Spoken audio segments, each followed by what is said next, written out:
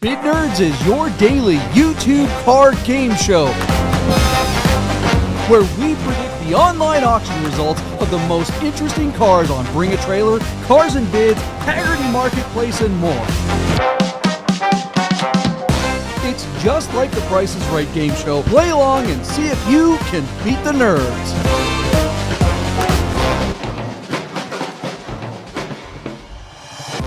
All right, welcome to a brand new live episode of Bid Nerds, your nerd out on the most interesting cars from all the automotive enthusiast auction sites. My name is John Polnik. I'm your host here, coming to you live from the Container Park in downtown Las Vegas in Rummy Studio, across from my buddy Wade Bennet from Tech Daily. How you doing, Wade Bennet? I am great. It is it's another beautiful night here, and I'm happy to be here and talk about cars and anything else that you want to talk about. Just to hang out. That's handy because my partner Michael Deeb, you can see. Now go back to that setup there. See. Oh, I'm not Michael Deeb. We have JP. Two halves of a whole JP. There's no Michael Deeb here. Yeah. What the heck is going on? Michael Deeb's supposed to be in that one. I know. See, this is what happens. It messes all the things up. People don't know. Cascading problems. Yeah. Deeb will be joining us in just a moment, but in the meantime, we've got Switcher Gary, Mental in the house. How you doing, Mental? Coming in under the wire. I still say at 6:42. That's on time for Bid Nerds time. It is. That's early. That's early Bid Nerds time. That's early Bid Nerds time, yeah. Okay, I think that's solid. So we've got to kill a little bit of time, so we're going to say hello.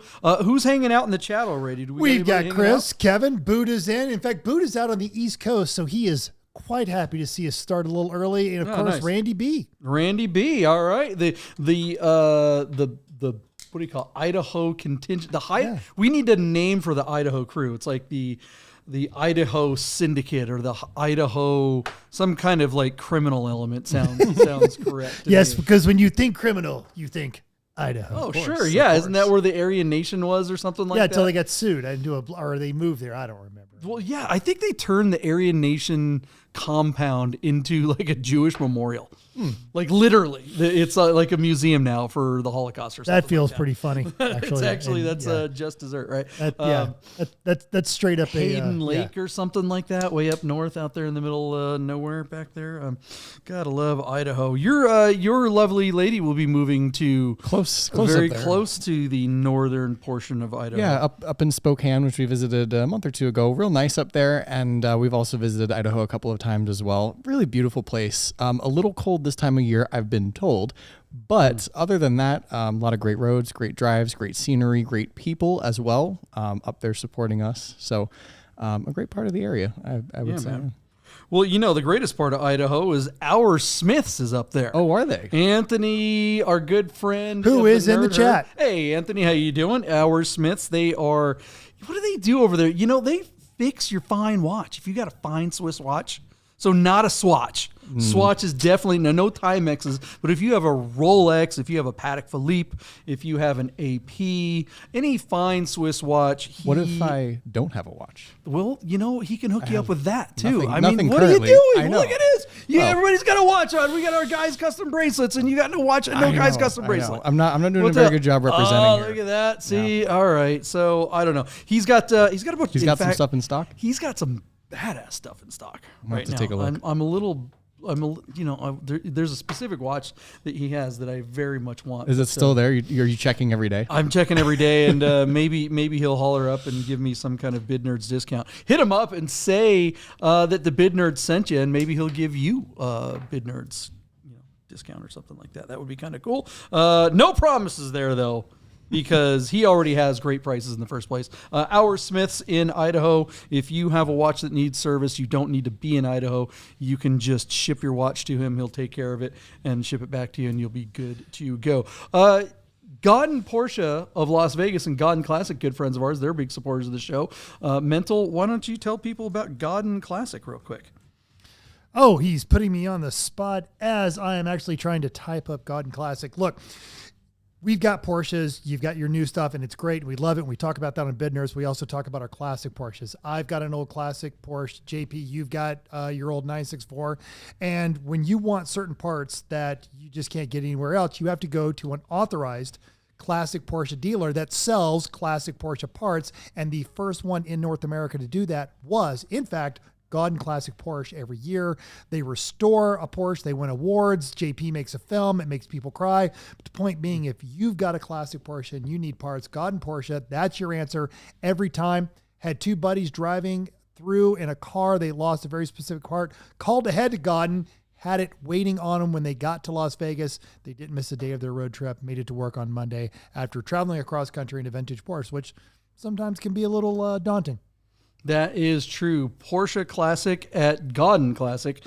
Check that out. We do have to say it's Porsche Classic, not I'm Classic sorry. Porsche. Yes. Yes. Just to be compliant, just to make sure to make our friend Mikey at Godin Classic, make him happy, because he has to talk to Porsche in order to get the sponsorship money in order to support our show. The check's got to cash. So basically. we've got to say it the right way. Yeah. It's Porsche Classic TM. Oh, wow. I don't think we have to say the TM part, but it is Porsche Classic. So. And I'm sorry, because I referred to our classic Porsche versus, Godin. Porsche Godin Classic. Porsche. Yeah, look at look at this. I mean, these are all great vintage Porsches right here. Hey, our friend Kelly Smith. That's a car that's in Idaho right now. That one's not. That's a little. I believe that's that's Duty Brown. Brown. Duty Yes. Brown, yeah. From Rami there. And what do we call this episode? I'm naming this episode while we're waiting for Deeb to show up. We don't want to call it. Let's just call it Waiting for Deeb. Nah, that's not exactly going to help our the algorithm there, because what the hell is Deeb? Oh my gosh, I'm looking at the list of cars tonight. Yeah, can we get a preview? How many thumbs up would you give it? Kind of. All right. Well, here we go. And right now, I so wish that I could actually go and grab a YouTube video that wouldn't get us demonetized, but I would play the heart-to-heart opening sequence right here for this beauty. I am so excited. I hope you guys don't pull a last-minute switcheroo, because this is right up my alley. That is indeed. Well, so that was the thing. You and I kind of got a hair up my butt. I was like, all the Mercedes that we've been talking about lately.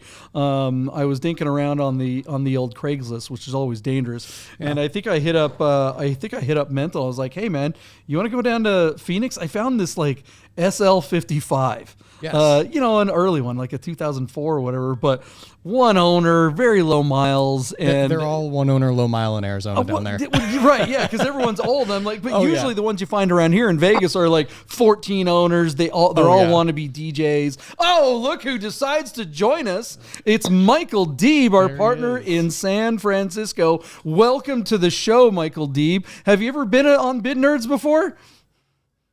No. Is it? Is this like The Price is Right? It is just like The Price is Right, only with enthusiast cars. All right, welcome to the show. We can finally get started. We've been killing time here this whole time, but Michael Deeb has finally joined us. Let's get to it. What we do on this show is we find the most interesting car from all those auction sites, and then once we decide here's a car that we think is interesting, we have a conversation about that car, and we get to the fun part. We make a prediction about what will happen with that car's auction. What will the results be? We make those predictions, and then in the next episode, we show how wrong we were. But we always start off by showing how wrong we were on the last bit of predictions. So what was the first car that we made a prediction on the last episode, Michael Deeb? My favorite car of all time, not all time, but like one of my favorite cars, and I'm sure Mental will agree. I found this 1989 Mercedes-Benz 190E 2.5, an actual Evolution 1 of 502 for the world, never sold in the United States. This is one of the first amazing homologation special cars, pure unobtainium on our shores. Although now these cars, the Evo 1s and the Evo 2s, and all those special versions of the E30 M3, they've all turned 25 years old, and these cars can be imported to most of the lower 48, except California, and brought in on an exception where the cars don't have to have previously been crash tested with a certain mileage restriction. In other words, you couldn't daily drive one of these and put 10,000 miles a year on it, but who would? So this car is on the MB market, John. Very quickly, this car had, I don't know what it was. I can't read the thing here. My numbers are 79,000 kilometers, which is literally less than 50,000 miles on the odometer. high wing, high output motor, fender flares, plaid interior, and a dog leg Getrag 5-speed transmission. On the MB market, I thought this car could do well. And let's get real with the result after we talk about our predictions. I started off, the car was under 100 grand when we looked at it. I said it would get up to $120,000 where I thought the car would sell. You came in over me at $125,000. And then Wade came in over you at $133,000. And guess what Mental did? If you guessed came in over Wade, you'd be right, because Mental is all in on this car at $140,000. So a lot to unpack with this result. After 33 bids, the hammer fell on this car at $138,000, where it failed to sell. And JP, I'll tell you, in the last couple of years that you and I have been doing the show, I have seen probably 3 or 4 Evo 1s, and I think we've covered 1 or 2 of them, come to market and sell in that $120,000 to $125,000 range. So if you could have told me with 100% certainty that this car would bring $138,000 on the MB market, I would say, damn, that's a really good result. And I would have believed that the car would have sold for that number, because in my mind, 140 grand or thereabouts would be a retail number for this car. The fact that the MB market set a reserve for this car above $140,000, I question that. I think that the number that was achieved here should be a retail number for this car. In my opinion, this car should have sold for that money. I think that the seller is being unrealistic, even though I think he has a very nice example and certainly a rare numbered car. But I also think that the MB market is playing with fire. The fact that they got $138,000 for this car on their site, their chest should be out and their chin should be high. But instead, they're calling the seller going, like, are they apologizing for not selling their car? What on earth was the reserve set at that they thought this car would bring above that number? I don't understand. A year ago, one of these cars, you could have ordered an Evo 1 with an AMG power pack that would have added like another 25 horsepower. One of these cars with less miles than an AMG power pack sold like a year ago for like $122,000 or something. So at 140 for this one without it, I think that car should have sold. So JP, I send it back to you. A lot of money was here on the table and nobody took it. I think that's a huge mistake. Yeah, clearly. I mean, you got to think some of these platforms that are not Bring a Trailer, that are not PCAR Market or Cars and Bids. I mean, those are the big threes, right? And they're getting all the cars.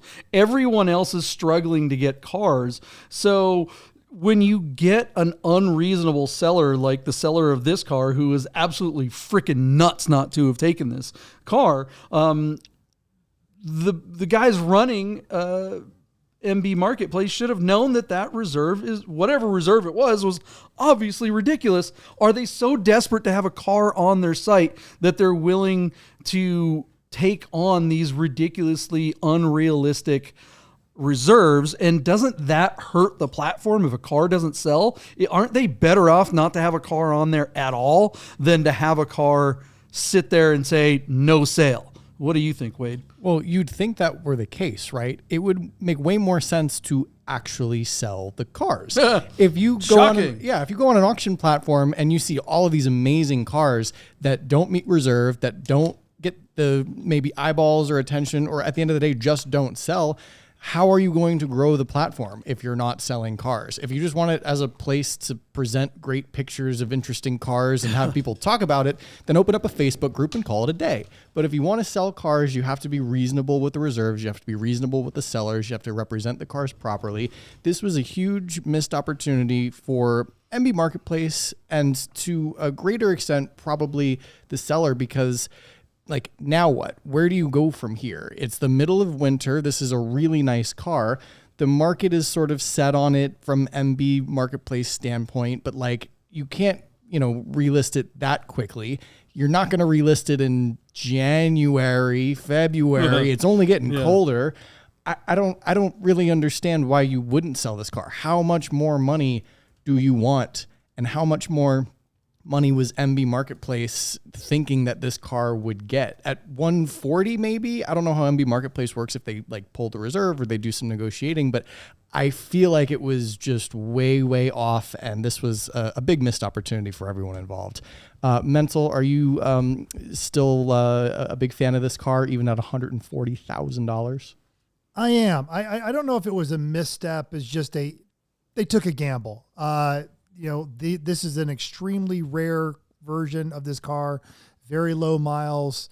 And it's, as we've just beaten into the ground, you don't see very many of these. And I think maybe there was some back and forth, and they took a chance and it didn't pay off. And we're in a town of gamblers. I don't know what happens from here, but I could see, not that it clearly wasn't the right move, but I could see how they got there. I mean, this seems more than just taking a gamble. I mean, if you're the platform, this hurts your platform. So when you say they're taking a gamble, who's taking the gamble, the seller or the platform? The platform. The platform. I mean, that's like the dealer, drawing a, 10 and a king or something like that and going, hit me or whatever. I mean, what are you doing? It's like, that's a loser hand. If the reserve was higher than the result of this auction, which it clearly was, that is a hand that you do not take. You just fold that sucker. There's no upside saying hit me when you're, at 20. I'm curious what the reserve really was, because everyone in this room and almost everyone in the community down there was within 10 or 15 grand in the 115 to 130-ish range. It seemed to go another 5 or 10 grand higher than most of us thought. So what the heck did MB Marketplace think this car was going to go for, and why could they not have closed the gap or enticed the seller to drop the reserve in the remaining minutes? Yeah, Anthony brings up... Oh, sorry. Go ahead, Deeb. I was just going to say that's a great question, Wade. To further that, based on what comps was the MB market agreeing to a higher reserve than that? Because again, I feel like I've been watching, John and I have been watching the market, like combing through it for 3 years on all of the online auctions. And I haven't seen an Evo 1 go over $125,000 in the 3 years that we've been doing this. So again, what are they basing a higher valuation on that they agreed to it? Which goes back to John's point, which is, are they so desperate that they're letting their clients dictate reserves just to get the good cars on their site?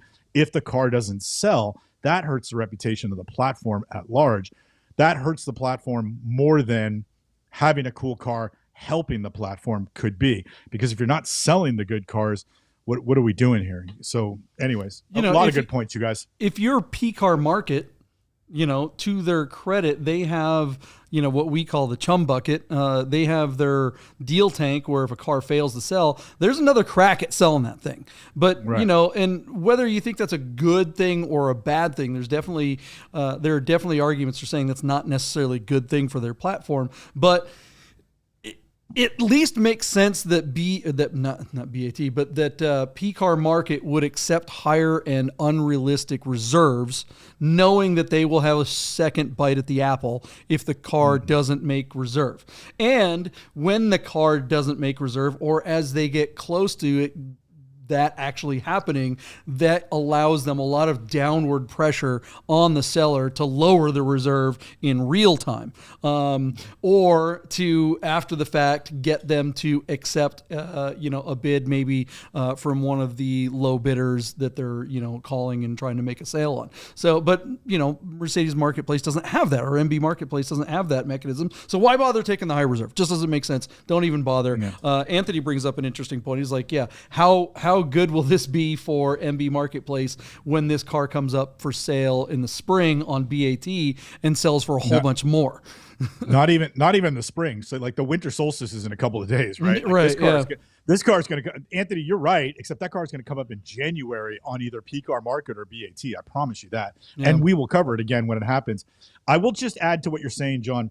Most of the online platforms, when you contract a car with them, if the car fails to sell, the platform, it's written into the contract that the platform has usually between 2 and 3 weeks, like 14 and 21 days, to exclusively sell the car post-hammer. In other words, they have the opportunity to call the high bidders or whatever, which we've seen Cars and Bids start to do successfully, we might add. Remember, they had that Porsche, John, and we were like, oh my God, Doug DeMuro got a GT3, and they failed to sell it at Hammer, but they sold it before we went live to cap that episode.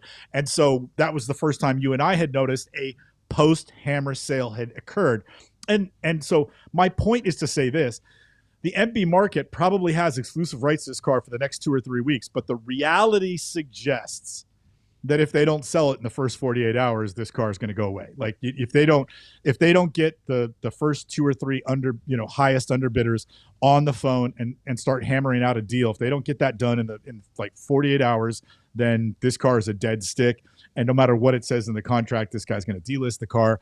Go back to the drawing board and find out which platform they're going to go to next and decide if they need to take new photos or not.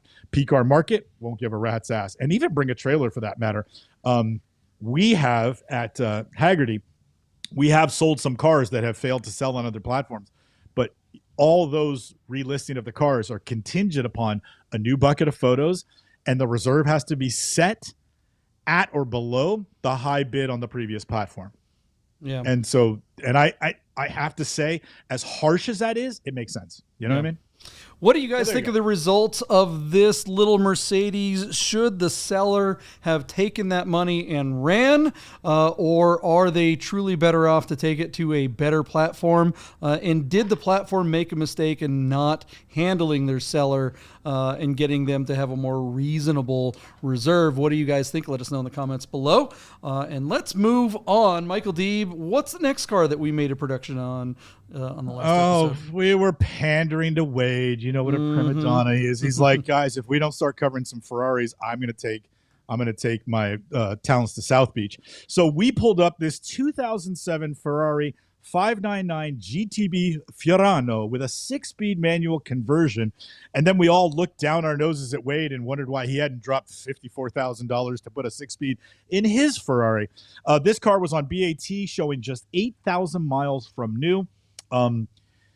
The outfit in Texas that did the 6-speed conversion was the company that, in fact, Wade was familiar with because, as we have discussed, 6-speed conversions, especially for the F1, the single clutch optioned Ferraris of a certain era, the 6-speed conversion is becoming more and more common.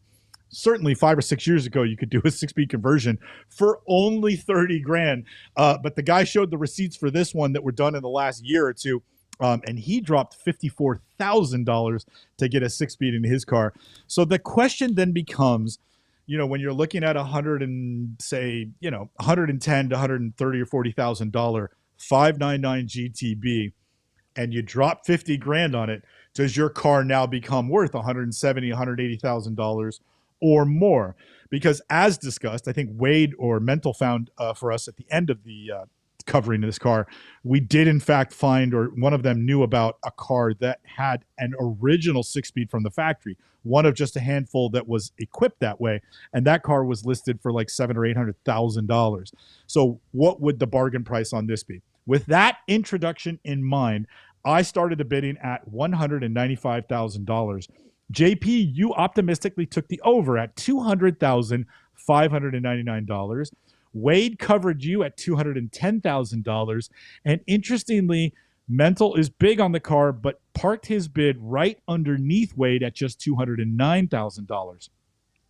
Our car brought $193,000 on Bring a Trailer at Hammer. It took 22 bids to get there, but it failed to sell. So, JP, I would say, again, my bid was $195,000. I was actually the closest on this one. I would say that's all the money for this car. It is low miles. It is the right color. The same question we asked in one of the cars we covered earlier, that 190 2.5 Evolution 1, where was, in this case, the platform being Bring a Trailer, where was the reserve set? What were they thinking, or what did they agree to based on what the seller was asking for, that at $193,000, which I would contest is all the money for this car? What were they thinking this car should bring? Is this really a $220,000 or $240,000 car? Because if so, very much like that 560 SEC that Sahan selected, You and I can go buy the car, borrow the money. The bank could buy the car for us, John. You and I could go pay for the 6-speed conversion, and then we could go make 50 grand. It pencils to start buying these cars up and doing the swaps ourselves. I also would say Wade asserted that company in Texas that is doing these things has cars lined up on their lot around the block to get this work done. So JP, I send it back to you. Very similar to that Mercedes-Benz we looked at on the MB market. I would assert that 193 or thereabouts thousands of dollars is all the money. Why didn't they take it? I don't think they'll regret it. I do think that the value on these is probably going up. The labor and the parts to do this are also escalating in cost. But man, in the winter, around the holidays, going into election year, I in the short term, I think that's going to be, the optics on that are going to be bad that they didn't take that money. That's my opinion. Would you argue otherwise? Yeah, it's with $50,000 to put one of these swaps on, and the car's worth $150. If it's just a regular F1, this doesn't. I don't know why he didn't take the money. It doesn't make any sense. If he thought he was going to, profit huge, that's just dumb. That's because the swap was done recently, right? It wasn't done years ago. This is a swap that was just done. This was an alumni car that he bought in 2021, and then he did the work in 2022, and now it's to market with 1,000 miles more on the odometer in 23. Yeah, that just doesn't.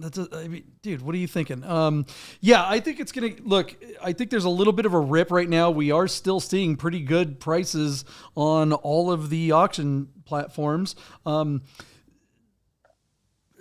seeing failed FTSs, but the FTSs aren't a result of low bids. It's not like money isn't coming for these cars. It'd be one thing, this car FTS at 150. Okay, that was that sucks. But this car brought almost $200,000. What the hell, dude? If you're holding on, this is your car now for a while. Will there be another rip in spring? Will there be interest rate drop? Will something else happen? I mean, there's so many different things. That's a lot of money to be wrapped up into something that you clearly don't want. What do you think, Wade? You're the expert on these cars. Yeah, so I was very interested in this auction for a multitude of reasons. Selfishly, I want to see what other 599s are going for, but I'm also kind of curious what the story was with this car. It's a selling dealer. They're a dealership / collector or dealer / collector. Like Michael Deeb said, they bought it for $150 something a year or two ago. They dropped $50,000 or $60,000 or more to do the conversion, which was the parts were purchased from EAG down in Texas and then brought and assembled by an authorized EAG shop in Canada. And they drove it about 1,000 miles, over the last year and tried to, I think, flip it. We've seen some of these, or I've seen some of these 6-speed conversions go for the 210 to 230-ish range. This is the right color combination, super low miles. Right now, dealers are probably listing this car with the F1 transmission in the 170 to 180 range at least. What are they getting for that? It's who's to say, but that's probably what it's worth in the U.S. It being as a lower mile example, as a lower mile example, sub 10,000 mile car. Yeah. This car is in Canada, and the seller tried to explain how easy it is to get it from Canada to the U.S. for a $600 car transport and $300 documents. It's probably slightly more challenging than that. So I think that hurt it a little bit. And there was also some questions about the engine tune and some other things that were done to the car that people were curious about. The selling dealer represented that the car had more horsepower than a 599 GTO, which didn't seem likely just based on the hardware and the limits of the car. So they were kind of going back and forth on that. And there were some questions about having EAG ship all of the parts to some perhaps unknown place in Canada that is an authorized EAG assembler or service place, but isn't EAG themselves. So there were some questions that I think probably held this car back another $5 or $10,000, but this was close enough. And we're in that season now where you probably should have let it go. They're not going to get more than $240,000 or $250,000 or $260,000 for this car. At most, it's a $220,000 car if it's represented well with all the paperwork, all the questions answered in the U.S.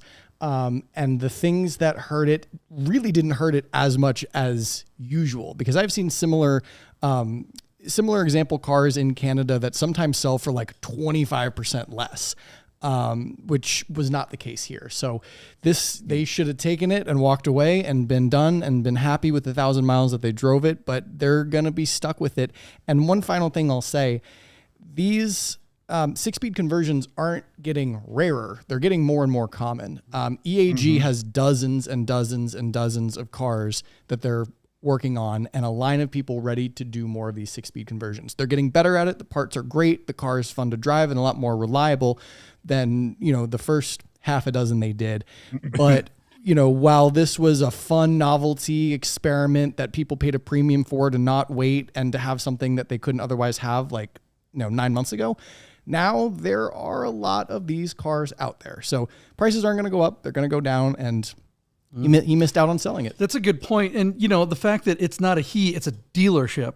It's some sort of dealer collector that he explained in the comments. I didn't get the full story. Well, but yeah. like So if he's a dealer, typically they're using, flooring money. So they're paying interest on the money that to buy this car and to pay for all that kind of stuff. So the time that they don't sell, so let's say their reserve was, what do we think the reserve was? 200? 200, I would imagine. So 210, yeah, or 210 or whatever. So you've got a $7,000 to $15,000 delta there. That if you got to wait 3 months to try to sell this again, and may or may not bring the same money, you're really at risk there, because look, you're paying that interest, and interest rates are high. And if you're not paying interest, if you're the dealership, you're a small dealership, and you just bought this car out of your cash flow, then that's cash that's not going into new inventory that you can make money on. It's the end of the year. If this is a loss, then write it down. It's something. It doesn't make sense that they wouldn't, if they're that close. Why wouldn't they just take the hit, move on, and try something else? Deeb, you've got dealer background. What do you think? Let me give you a couple more pieces of data. So this guy actually bought the car in November of 2022, so just a year ago, and then did all this work. And as we were saying, they sent the stuff to Canada and did the work up there. But he bought the car in November of 22 for $156,000 out of Florida, and then moved the car to Vancouver, British Columbia, where it's for sale now. And they did, I'm guessing they didn't want to wait for the time it would take to ship the car to EAG and then have it wait in line at EAG for the better part of a year before the work would even commence. My guess is they just bought the parts off the shelf and did it themselves. So as a flip, they could bring it back to market. But at $54,000 in receipts and $156,000 for the car, he's already in the car $110,000. Never mind whatever it costs to transport it, do all the importation to Canada and pay all the tax and stuff like that. So he's probably in this car $125,000. So he missed the mark. $225,000. Yeah, sorry. Yeah, $225,000. So he missed the mark by almost $30,000. I think he's got, like you said, JP, he's got a firm grip on the car. When he got it, that may have made sense because things were going way up. I think he miscalculated on how long it was going to take to actually execute the transition. The first grouping of EAG cars, the first couple that were like high mile experimental examples, they still went for the 220 range. And I think people thought they were going to go up. Yeah. But like you said, the parts get better, they get faster at the work. There's more of them out there. This may be a really, really, really nice example. But if you have, I would say in the US, $30,000 and some patience, you can do it on your own car. And there isn't one of these. There's dozens of them now. So you kind of have some options. Yeah. And one of the let's see, who was bringing it? Was it Bob? The nerd herd just knows what's up. He's clarifying something about this whole Canada thing. It's an American car in Canada. Yes, yeah. It's not a Canadian car. So bringing it in. Yeah. Bringing it back will be easier than importing it to the U.S. Okay. All right. Well, what do you guys think of the result of this 6-speed conversion Ferrari? Did the seller, should they just have cut and run and taken the money and moved on to the next project? Try to turn that money over on something that is more likely to make money for them? Or were they smart to hold on to the car and try again, live to fight another day, maybe in spring. Let us know in the comments below. And let's move on to the next car we made a bad prediction on.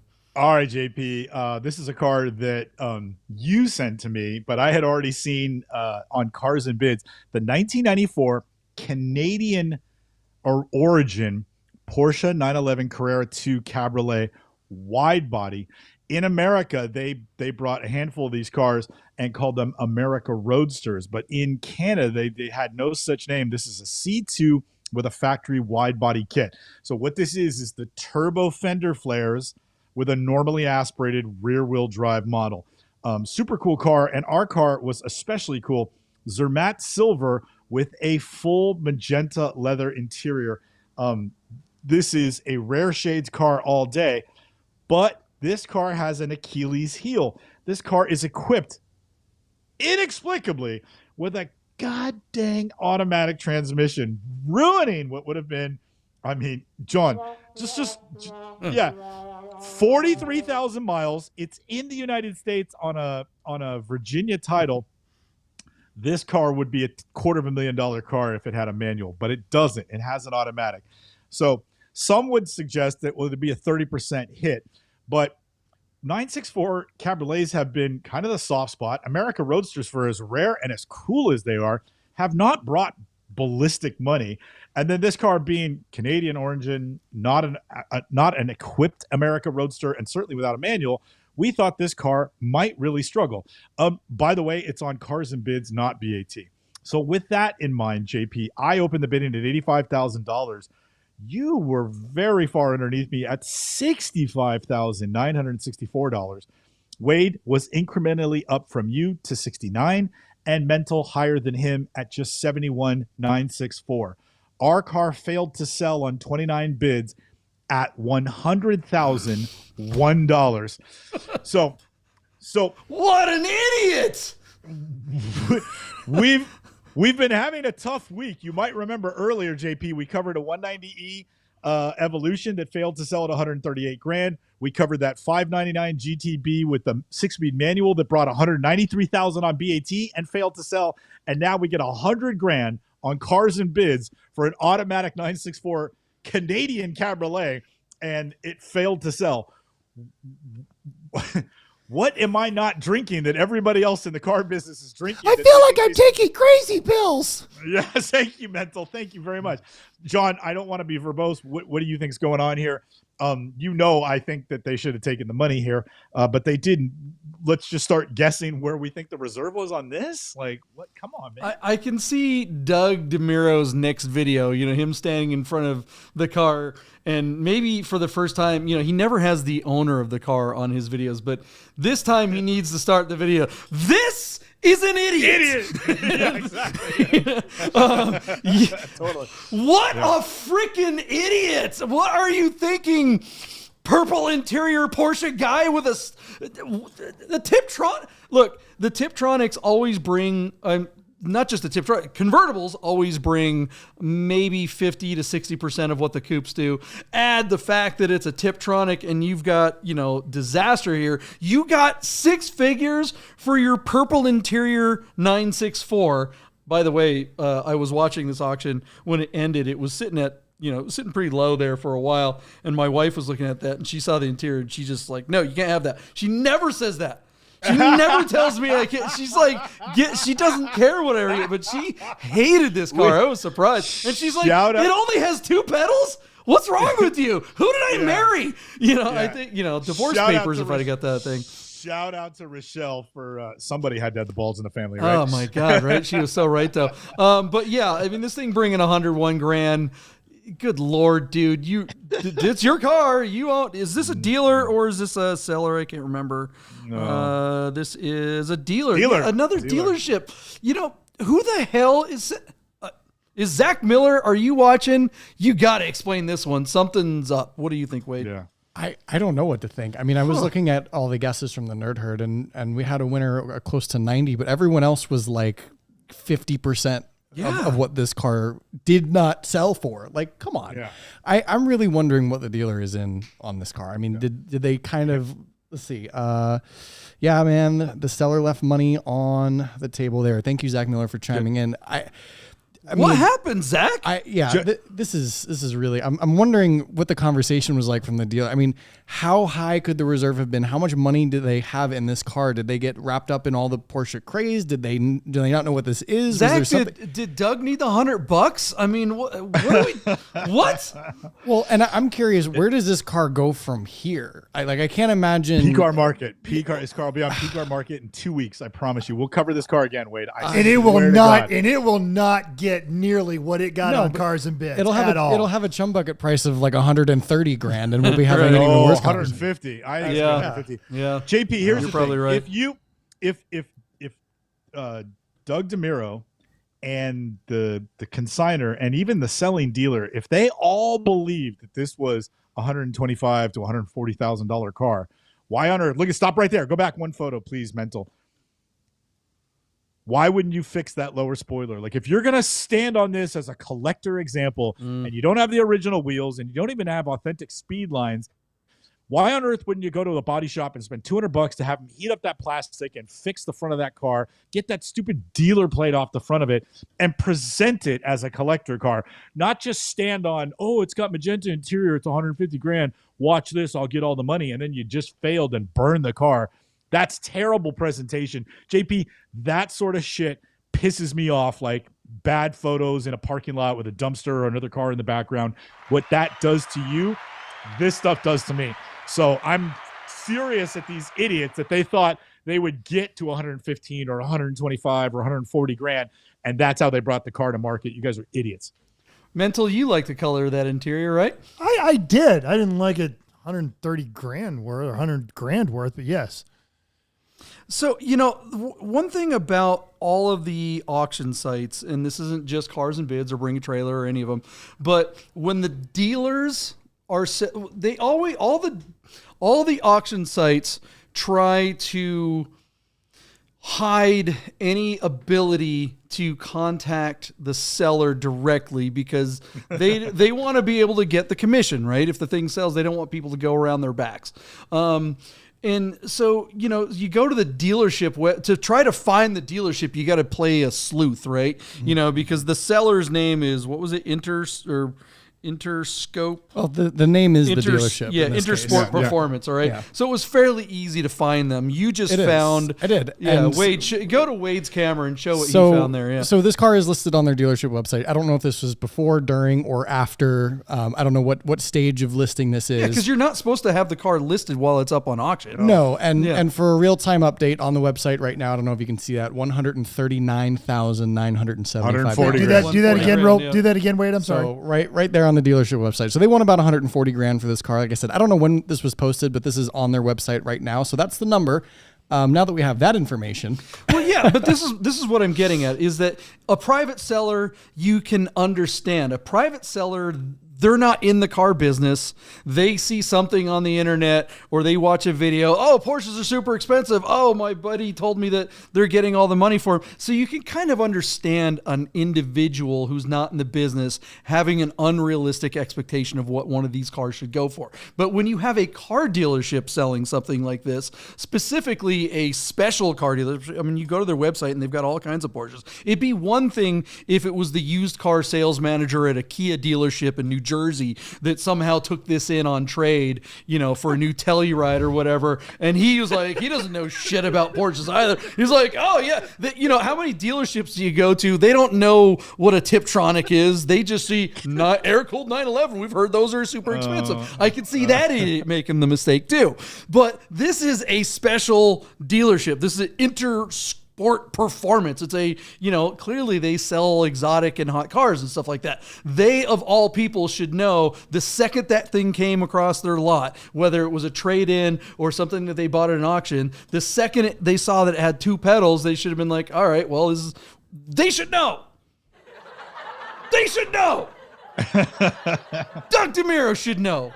Doug should have told these guys, What are you doing here? It's like the what's that TV show, To Catch a Predator? You know, and they've have got a seat over there. yeah, we need to help talk about yourself this. to some sweet tea. Yeah. You know, it's like what you hear. Help yourself to some sweet tea. Get out of the house, dude. You're busted. They're onto you. You know, no, it's I don't know what do you guys think of the results of this car? Was this just some idiot pedophile who was trying to make some money? Jesus. I'm mad. I'm pissed. I'm mad too. $101. They turned down $101,000. How much are they into this car? Yeah, for an automatic my 964 cab. God, let us know in the comments below how dumb you think the seller and this So Intersport performance. The trend dealership I'm is. noticing is not that we or the nerd herd are wrong. It's that we just picked 4 idiots. I guess you're right. Well, but it's not just us though, right? Because the nerd herd was right in there. They were right in there, man. Yeah, everyone had the same expectations as we did.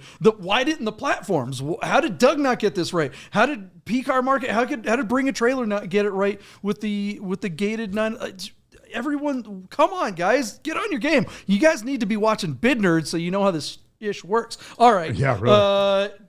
I'm done ranting for the moment. We've got new predictions. I swear there are no EVs. We have one more car. We do? We have one more car. I yeah, thought we have an EV. Oh, We God. have a Tesla. Yeah. He didn't Maybe want that's to what talk it is. about I was it. trying to help Anthony out by dipping. Yeah. Let's do this one real quick. All right, let's talk Really about quick. the stupid EV real fast. 2008 Tesla Roadster with 43,000 miles. I said 80 grand. John at $79,000. Wade at $74,000. And Mental at $71,420. Great number. So here's the rub. The car brought $73,500, but are you guys believing trends? Our car failed to sell at $73,500 on 9 bids. That's Mental's second win of the week. Congratulations, Mental, on that. You and I tied for the week, but $73,500 where it failed to sell. Listen, this is a 43,000 mile car, so it's not a collector car, but it's not a super high mileage car. Wade, was this car all used up? Is that why it only brought 73 grand? Or do you think at 73 grand, this car should have sold, like we said about all the other cars that failed to sell this week? Do you think that 73, the consignor should have taken that money? Yeah, they should have taken the money and run. Look, this isn't a collector grade first Tesla Roadster. And it's not that used up, but there was some talk about the battery capacity and all the other things. It was like an 80-something% battery left. And, you know, it still had 40 or 50,000 miles. But look, like we said last week or last show, this person probably got caught up in all the hype and of the Tesla and the first Roadster and all of the Elon stuff. And they're probably in on this car for at least 70 or 80 or 90K. And now they're the last one holding the bag. They should have dropped the bag. This was your chance to get out of it, because next time you try and sell that, it's going to be like a $60,000 car. Yeah, they bought this car in May for $96,000. Oh They failed to sell it in August at $77,000. They brought it back to market and got $73,500. And the question we asked, John, you and I discussed face to face, was why on earth is this car back on Bring a Trailer with a reserve that it again failed to meet? So this whole thing, this car and this ownership is a disaster. Buddy, you got a firm grip on that Tesla. Yeah, Kevin's right on. He's like, this is the first time. This has got to be the first episode where every single car we picked failed to sell. Yeah. Every single car actually brought good money. Like 20% more than anyone. We were all under. No one was over. The nerd herd wasn't over. We were all we were on this, and these cars failed to sell. Kevin's like, these are all Lolita Express. People who were on the Epstein Island flight list that are all trying to get out of the country, and they're trying to get as much cash as they can so that they can flee, because they're about. I don't know. They're going to open the envelope. They're about to be exposed next month. Yeah, so they're trying to get the heck out of here. I don't know, man. Yeah, what do you guys think of the results of this electric stupid Tesla Roadster? I'm not saying I dislike Tesla Roadsters, by the way. I actually It's think they're okay. pretty Anthony is actively saying how much he dislikes electric cars in the comments right now, asking us to move on. fun. Of course. Oh, really? I tried for Anthony. Anthony doesn't like that, and Anthony also doesn't repair digital watches. I like they add that to their on behalf of Anthony and ours. But he loves Mondials. On dials. Yeah, and dirty socks. I mean, come on, let's go. All right, hit some commercials, JP. We got 3 cars to predict. We'll be right back with brand new predictions, so stick around, you guys. Hey guys, I've got to tell you about our friends Godden Porsche of Las Vegas and Godden Classic. If you're looking for a new Porsche or a classic, you got to call our friend Steve at Godden, this guy. Save yourself the hassle of screwing around with all the auctions like we always talk about and just talk to Steve. He'll find you the classic Porsche you're looking for, Godden Porsche of Las Vegas. If you don't subscribe to Bid Nerds on YouTube right now, I'm going to shoot this 997.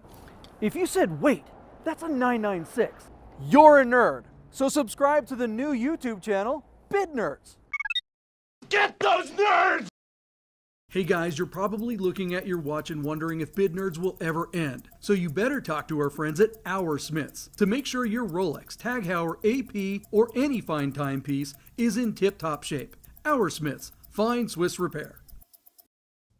All right, but and John, we are back. Yes, Michael John, I want to Deeb. make a point. I from what I can tell, Anthony's work is so stressful he has to drink while he repairs watches. Is that what we take from that commercial? That is what I'm getting. It's like, showing your fine Swiss watch technician working on little bits and pieces of jewel and metal that are like, micromillimeters. And while you're drunk, why not? Let's do it. It's exacting work.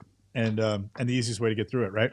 With a little bourbon. I think what he's implying is that when he's satisfied with a job well done and your watch is perfect and ready to go back on your wrist, he celebrates with a little shot of fine scotch.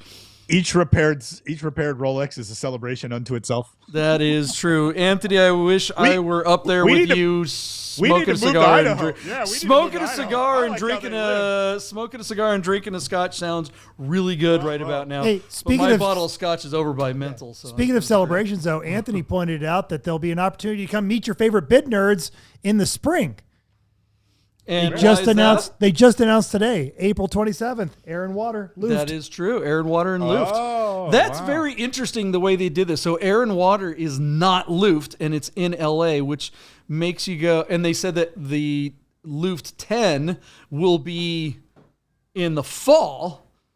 Will it also be in LA? He basically said in Seattle that it would be in LA because it's, that's where Luft started. But very interesting times to come. But yes, we will all definitely be there at Luft Cult. Actually, Wade, are you gonna come to Luft? You haven't been to a Luft yet, I have haven't. you? I can be enticed. I might. All right, might check my calendar. This is a pseudo Luft. It's the air and water thing, so it'll be a combo of both. Mental. Please, will you read that to me again? When am I going to be in LA? What is this? What's the date? April 27th, 2024. That is a Saturday. April 27th. Okay. Yeah. I guess I'll be there. Randy, they haven't announced where exactly, but they did announce that it is April 27th for air and water, if that's what you were saying there. So we should set up some kind of find out how many Nerd Herd members are going to be down there and do some kind of impromptu. Yeah, we'll do something. Once we know exactly where it's at, we'll do something for the herd, right? We'll do some herding, some nerd herding. Some nerd herding. We'll herd the nerds up on the crest and have an impromptu soiree. Yeah, nerds logos. Yeah, absolutely. Yeah, we'll get a little pig to wrangle everybody. That'll do pig. Nerd herd bacon. 356s are referred to as little pigs, right? So that'll do. Are pig. they? That'll do pig. I don't think I've ever heard that. Yeah. The little 356s. The original the coupes are referred to as pigs sometimes. Hence 4till4's original logo was in a little pig. Down there, our friends 4till4 in Arizona. You ever been to 4till4? You go to Arizona quite a bit. I've never even heard. Where in Arizona is that? 4till4. It's in Scottsdale. It's a little. What's the guy's name? I'm totally spacing his name. He's got a fancy name, but he used to fix up 356s, and then he started a little coffee shop. They do a cars and cafe basically. Oh, interesting. First Saturday of every month in Scottsdale. It's this teeny little coffee shop, but their name is 4till4, which is terribly clever. They're at all of the Porsche events, but you think about what time on the clock is 4till4? It's 356. Yeah, very slick, right? So if you ever see a number 4 on someone's car, that's usually their logo, the 4till4. I have a Fort Till 4 mug that I use quite often. All right, who cares? They're not sponsors of the show, so you should you should go to Fort Till 4 and tell them to pay us. I'll be in Scottsdale next month, so I'll say hi. Do it. Yeah. Say, hey, I heard about you on Bid Nerds. What the hell? How come you're not giving them a check? All right, guys, let's get to some predictions. We got some interesting cars on the list. Michael Deeb, what's the first one? What is the first one? It is a car. Let's give a shout out to Yuri Sanakis.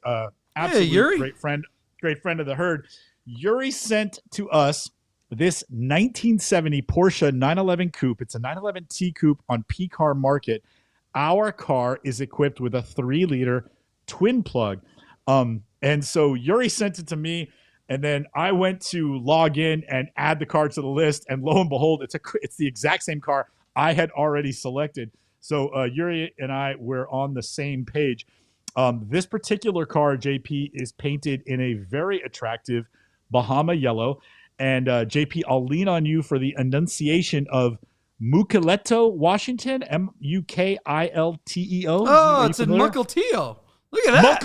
Mukilteo. I can't pronounce any town in Washington. Have you noticed that over the last 3 years? They're really difficult. Puyallup, Mukilteo, Squim, they're all spelled totally differently from how they're Does Alice Cooper arrive in all the children's classrooms and go, it's actually Milwaukee? Anyone? You need the little. You need the crickets. There you go. Yeah, there you go. Yeah. Oh, man. So no Wayne's World fans out there. No Wayne's World. All right. Yeah. Jeez, Louise. All right. What did the bad guy drive? What did Christopher Walken? No, it was Wayne's World 2. wasn't. Wayne's World 2. Wayne's World 2. What did he drive? What was it? Oh. Come on, mental. You don't know. He had a Cabro, if I'm not mistaken. He had a 964 Speedster, black on black. Yes, because he was taking Tia Carrera around. Tia Carrera out in the Carrera, getting a little Carrera. All right, back to the car. Sorry, Deeb, had to hop in. JP, there with that one. listen. Just this is one of those. I don't want to say typical, but we have seen so many of these since we've been doing the show. This is just a modified 3-liter SC built to be like a 74 RSR. So it's got rest of the world case, twin plug, ported and polished heads, titanium retainers, GT3 main bearings, Mahle pistons and cylinders, 10.5 compression ratio, Darty cams, PMO carbs. The car just, JP, it's just like the who's who. I love that it has the old F-body steering wheel, but a thicker rimmed version of that. It's squared off, looks like deep sixes all the way around. Racing buckets. It's got like a big Wevo tall shifter in it. This is the car that there are people that like to own Porsches, and then there is a whole nother like caliber of people that like to drive Porsches. And I like to say about Porsche versus Ferrari is that most of the Porsche fan club love to drive their cars, whereas the Ferrari guys all just want you to know they own the car. But this car, John, if you just go down the list, it has all the stuff in it that we'd want in our own cars, except this one's already done. So to me, it looks like a nice build. It seems to me that this would have exceptional performance. I'm guessing this is a car that's putting 300 horsepower to the pavement, not generating it at the crank. Suspension is done. It looks like a very well thought out build. I like everything about the car except the exit of the exhaust. I don't like the way that these pipes come out from underneath the center of the car. But other than that, that is me nitpicking to the nth degree. Everything on this is what we'd all want to have for ourselves. So JP, I just lob it right back over to you as you peruse the pictures and you look at what we're seeing here. Is there anything you would pick apart about this car, or would you just say this is a really nice one? And the climb on this car, the uphill battle for this car is going to be who built it, and is PCAR Market the right platform for the car? I'm guessing he wanted to protect his investment with a high reserve that he could not achieve on Bring a Trailer. Thus, he brought the car to PCAR Market where he could dictate the reserve and make sure that his baby wasn't stolen out from underneath him. That's why I believe this car is here. But, I'm speculating like all the rest of us are. So, JP, what do you see as you look at this car? pornography. Look at this. Look, Yeah, I mean, yeah. the pictures are okay. It's funny. I know exactly where the picture was taken. That's a road that I literally one of the roads I learned to drive on. Cool. Yeah, I got my driver's license probably 5 minutes from where these pictures were taken. Mental, can you get to the picture of the clock on the dashboard? Oh, I was so going to Deeb, go have there you because ever I'm like, seen all right, one of where these? do I get one of these for my Is it 914? Is Give it me a tagged? handful of seconds. And while I'm getting to No. that picture, you have some instructions from a watcher right now about purchasing this car. You might want to catch up on. Okay, I will look into that. But I mean, look, the gauges on this thing are spectacular, and the watch is something. I mean, the clock is something that you would have to send to Hoursmiths to get worked on. Look at this thing. I want this Oh, that's hot. so That's bad. hot. Yeah, that's hot. It looks like Have a you stopwatch. ever That's seen one of fantastic. those? Yeah. Deeb, No, I've not. never seen No. that. No, but that's brilliant. That I is missed spectacular. I missed that photo, so thank you, Mental and JP, for catching that. That is absolutely brilliant. That's something, JP. I'm such a shit. If I had that and I put it in my 911, I'd put the stock clock back in and keep that for my next 911. That's how cool that is. Right, yeah, I wouldn't sell the car. I would just, if you sold the car, you would take that out and not let it go. I would with it. take that out. Yeah, Yeah, I would absolutely. keep that. That part is too cool to sell to some schmo that's gonna be hammering me on price or whatever. So I would keep that. But it's badass. I love it. So wait a minute, I'm missing. Oh, hey, wow. There's a young lady in yeah, there that's look at saying that. you have permission to buy this car. Yeah, because she wants me to put it in her stocking. How's that? What? Just, I'd be just fine She must with have that. a She big would look stocking. so good. She would rock rolling around in this car. Holy crap! and according to the listing, one of the Nerd Herd, Tom, he's all over this one. The owner did this all themselves. Yeah, that's like your flying Hawaiian buddy. What's his name? Dave Kealoha. Yeah. Yeah, looks like something like of Dave's caliber. You know what I mean? Like a really nice, well thought out car. And you know what else is interesting? Apparently, Hoursmith has built clocks for 911 custom commission. Oh, come on! All right, What so are you doing, Anthony, bro?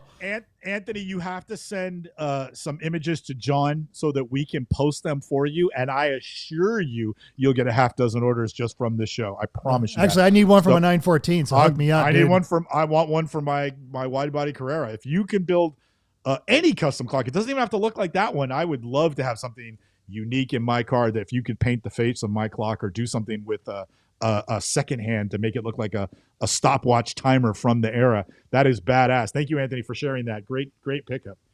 Wow, that is definitely an opportunity for you, Anthony.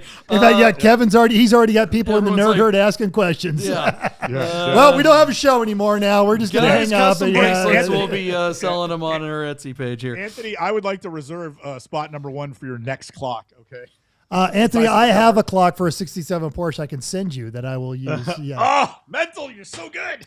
Yeah, but we're not talking about the two little stopwatches that go on the dash. That's No. one thing. These are the- Someone yeah. gave it to me. Yeah. This was somebody actually gave this to me as a lemons bribe. Nice. They gave me, Yeah. they had found one of those and it's in parts and it needs work, but I'm told it works. And I could send it to him and have something really unique and cool from someone that we all really, really like. But Yeah. let's get back to this super awesome car that clearly everyone, even Rochelle, is a fan Yeah. of. Yeah, this Way thing to go, is Yuri. absolutely sick, dude. Right. Wade, you're not really. You're the one guy out of the crew that's not really know. an air-cooled Porsche guy. This is just outside my realm. I'm gonna say this: all y'all with your new clocks and your new Porsches are gonna really enjoy them, along with this guy who's still gonna own this car in a few days. So you all can drive with him and enjoy yourself up there in Washington. But yeah, unfortunately, I think this car is gonna suffer from Go nowhere. go nowhere disease. It's going to suffer from the fact that he obviously spent a lot of time and care and attention and probably money to put this car together with just the most minute of details that all of us can appreciate, but I don't know how many people can appreciate, and certainly probably not for the price that he has in mind. Granted, this is the platform for outrageous buy it now prices after the fact. So if he wants to put a number on this build, he probably will. But I don't know if everyone else is going to, but I guess that's what we're here to find out. This car certainly looks as nice as any Dave Kealoha car. I hope I'm not, this car is... It's up there. It's up there. It's in that rarefied air of builds. JP, you and I have seen a bunch of cars where they've just slapped some parts on. Yeah. Even Rami's friends down at RMC Miami have sold some zingers, but this looks like an exceptionally well put together car. Well, with that said, what do you think it's going to bring? Let's get to some bids. All right, so John, I'm just going to give you this. That's a $50,000 motor at minimum in the back of that car, and this build without the motor is a $150,000 car. So I'm guessing there's over $200,000 in this car. However, I think that I agree with Wade. I think Wade went there first, but I wouldn't contest anything he said. I believe that PCAR Market will find $150,000 for this car, but I think it will fail to sell at that number and wind up in the chum bucket for somewhere between $180,000 and $250,000, which I know is a pretty wide spread, but I think they're going to miss the mark by a good 30%. So I will give you $150,000, but I don't think that's what the car is worth. I just think that's what the result will be on this platform. I just want to clarify that. JP, where are you at? Yeah, I don't know, man. Or do we want to do two numbers on this one? Do we want to do? This car is as nice as they come. It's a tough time of year, and what we always say, I've said it a million times, said it even with Dave Kealoha's car. Dave Kealoha has a name. He's known for building cars, but he's not super well known. He's not, he's not Singer. He's not Gunther Works. He's not, Kelly Moss. He's not one of the big builders. He's a one-off guy that's built a little bit of a name for himself. This guy is, I don't know who this guy is. And if this is the only marketing that's going out for this car, obviously it's going to hurt. If the only eyeballs that are seeing this are people that are going to PCAR Market, a lot of times when you see these really higher-end cars, higher-end builds, even if they don't have a name, they're sold by like someone like, the guys up in the Northwest up there in Portland. There's some big sellers that do other marketing more than just the platform itself. And so, they can kind of create a buzz around the auction. I think this car is going to get more than $1.50. This is definitely like if it were on BAT, if this car were Dave Kealoha car, this is definitely a $2.25 car. But it's not going to get there. Even though it should, this is not one of those cars where it's like, okay, it won't get there because it's not worth it. And what an idiot. It's just, unfortunately, because no one knows him, seems to be $1.50 is kind of where unknown builds go. But I will give it I'll give $10,000 over that and say 165, 911 and hand it off to Wade. Hold on one second, Wade. I want to just tell you, because I went right to my number and I didn't give you the data. Our car is sitting at $96,000 on 11 bids, and it closes tomorrow. So with that in mind and the bids that you've heard, where are you at, Wade? I was higher and now I'm lower. That's a long way to go for even $150,000. But thank you, Wade. I appreciate that. But with that being said, I had a number in mind because look, we were off last show by like 20 or 30%. So I'm sitting here thinking That's not like. us. That's not us. Well, we're smart. I apparently not, because everyone has deep pockets and they're not afraid to not only bid high, but also encourage these sellers to not take their ridiculous bids. So, this car is probably going to go for like $188,000 on PCAR Market. That's my guess. Yeah. It's still not going to sell. They're going to want $235,000 for it. But they should think about 180 at least, if that's what it's going to get on this platform. It depends on why they want to sell it, I guess. It's like they're wrong. Yeah. If it don't, like 235 would be 185 would be giving the car away. And I would definitely say, just do not sell it for 185. If this thing breaks 200, I'd be shocked. Again, we're saying that the car is worth well over 200. I think Deeb and I definitely agree on that regard. But the platform, time of year, and just people not knowing, if they don't know the builder, it's hard for them to go, yeah, I believe in this car. When people are paying over $150,000 for an old hot rod 911, they want some kind of, not For some necessarily a provenance. warranty, but Yeah. a provenance. They want a history. They want to know that, okay, this thing's backed by someone that I've heard of. I'm not just label. buying some. It's tough for people to shell out this kind of dough for a project car, even though it's definitely worth it. And, I wouldn't be surprised if we were wrong on this one. If this one does break the 200 and something $1,000 and then does get a sale, that would be great. And that would be great for the seller. And it'd be good for PCAR Market. And, it's not to say PCAR Market has done it before, but I've definitely seen a lot of FDSs on PCAR Market this week in particular. They have had some stupid cars on their site. PCAR Market is just more hit and miss than the other platforms. It really is. So it is a bit of a roulette thing to see, like, if this car gets 200, does it sell on PCAR Market? Again, if this guy wants 250 and it gets to 235 and they miss, that doesn't do anybody any favors. But the thing is though, if he went to if he took his time and did the BAT thing, they would give him a $200,000 reserve at least. This car definitely is worth that. I see them maybe even giving them a higher reserve. I think BAT would take the shot on a car like this because it is that good. I think it'd be right for them to do it because that's the platform where it'd probably bring money up. You're using an analysis of the car, and the idiots that make these decisions at BAT don't analyze the car. They're analyzing the name. And the fact that this guy doesn't have a name is why I don't think BAT awarded him a reserve he wanted to protect his asset. That's why I led with that. That's why you think it's in PCAR Market. Yeah. Well, you and I know Porsches, and we could look at this car all day long and go, that's $250,000 bill. Boom. Like just 5 minutes of analysis and we know that. The kid at BAT that's reviewing this application can't look at those photos and tell you that.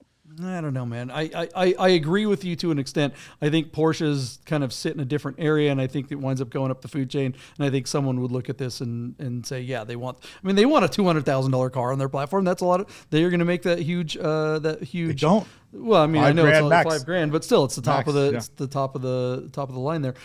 Mental, we didn't get a bid from you yet. Sorry, I just want to point out this exhaust.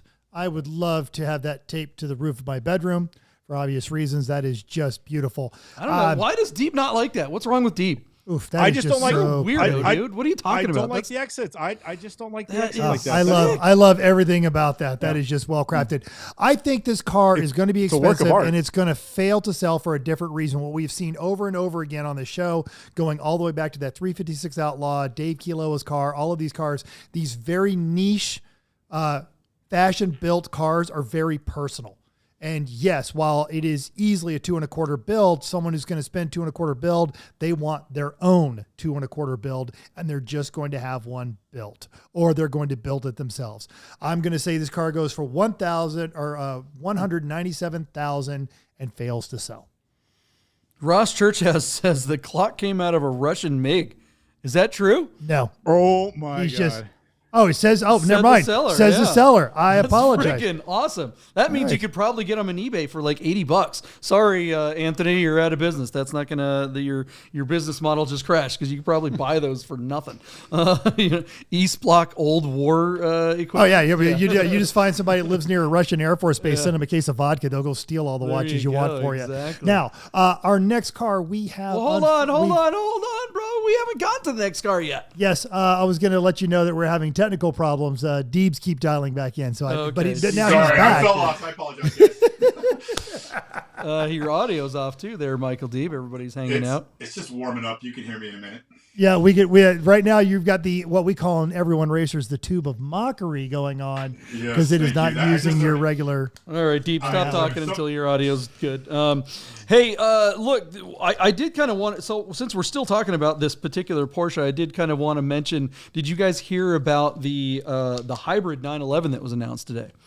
I mean, we're looking at all this kind of old school badass, stuff. We can see your search screen there, Mental. You might want to take it off BIP before you. Sorry, there we go.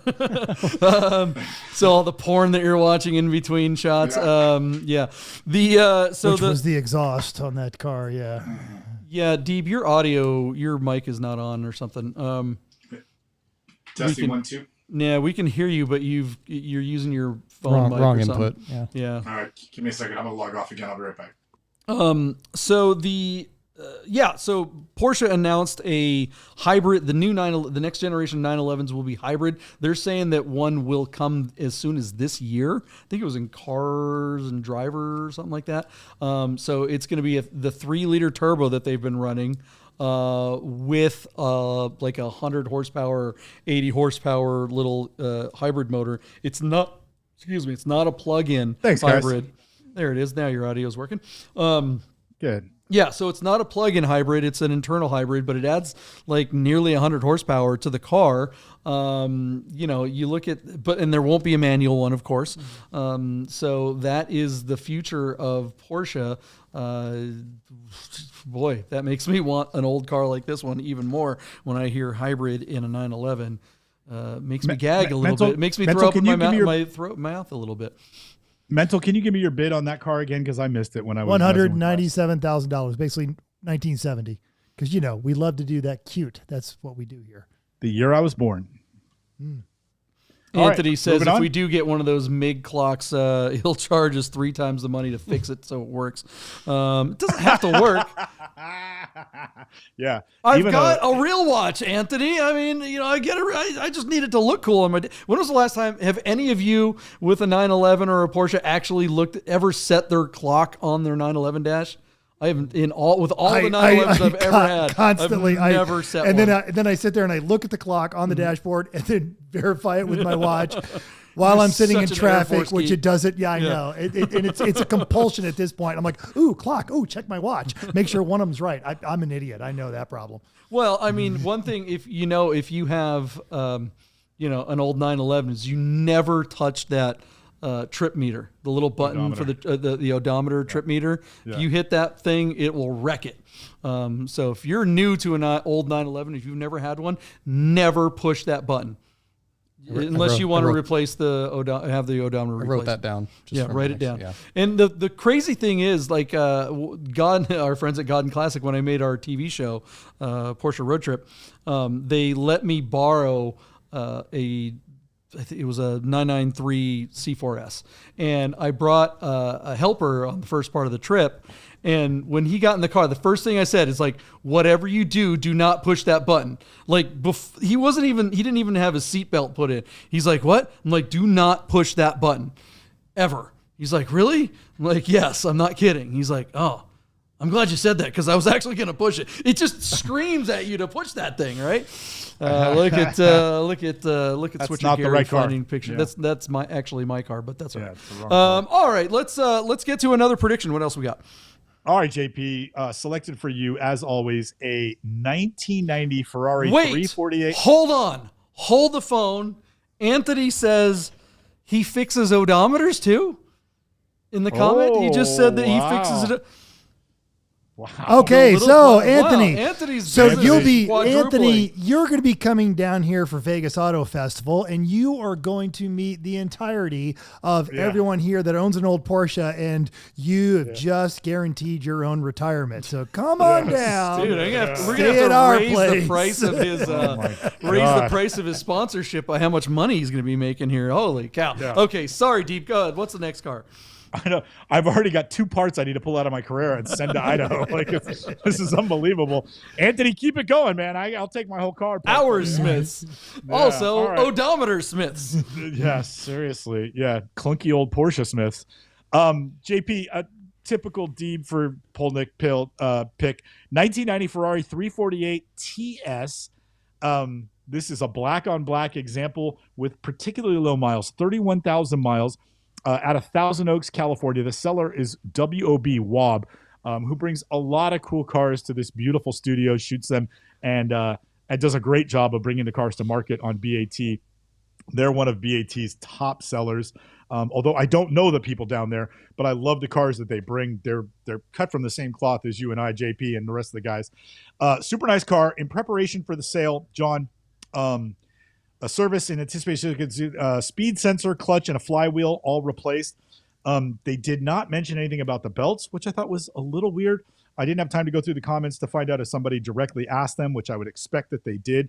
But the fact that they didn't mention them kind of leads me to believe that they probably need to be done. But 348s are great cars. They updated the AC to the R134. It's got a limited slip differential, a dog leg 5-speed manual, 17-inch wheels. Really neat car. JP, I know you're a black on black guy, but Mental, if you could jump ahead to a picture of the interior, I want to get JP's opinion as I send it over to him on a black on black car with red carpets. Yay or nay? But look, super cool car. TS is kind of sit in between the top price paid for coupes and the bottom price paid for cabriolets. TSs are right in between. And that's kind of similar with the Porsche world, which is just a weird, finicky thing about the owners of these cars. But John, this looks like a really nice example that's pretty clean and low and with decently low miles. What do you think about the red carpets, and yay or nay? And then let's talk about where we think this one's going to hit. Yeah, I do like the red carpets. A little red goes a long way, and that's just a little bit of red that goes just the right amount of way. Yeah, I like this car. I love it, but it's definitely a villain car. Yeah, right. It has a bad guy kind of look to it. This car, though, unfortunately, it's just 348s are just, they're too expensive. This car, we'll get to the bids here in a little bit, but I mean, I really love these, and I always wanted one, and I liked them when they were kind of the cheap Ferrari, or the inexpensive Ferrari. Now that's the Mondial, right? And I'd way rather have one of these than a Mondial, but now the prices, they've just gone up too much, and at the number that they get for these, there's a bunch of other cars that I'd rather get, and this is not high on my list of cars that I want. It's a car that it'd be like, okay, if I had a bunch of other things that I already want and then I had room and a little bit extra money, would I go out and look for one of these? Maybe, but that's just not me. So what do you think, Wade? These cars are having their time in the sun. I mean, this is young timer, right? Yeah, this is what people want. They want those 80s vibe cars, the Porsches, the Lambos from the 80s, and this is exactly what it is. And this is a pretty nice example of one. I give them a lot of credit for having a low mileage example. Everything's clean inside and out. I'm curious about those seats. I don't know if those quilted leather, the red horses are too much. Like the red carpet's between fine, but that the red and horses and the crisscross much, leather pattern and all that. I don't know if that was an option or what the deal was. Even the red carpet's a little odd, but it's a nice car. But like you said, I mean, there's a lot of other cars that are easier to maintain, easier to enjoy, that I would rather have as well. I would kind of be nervous from a value standpoint and from a maintenance standpoint, investing a ton of money in a car like this. And I also am curious if we're going to see a sharper dip with these, because they really went up quickly over the last year or two. And I would imagine at some point they come back down. I mean, they're not $200,000, $300,000 Ferraris at some point, right? Unless something crazy happens. Yeah. What do you think, Mental?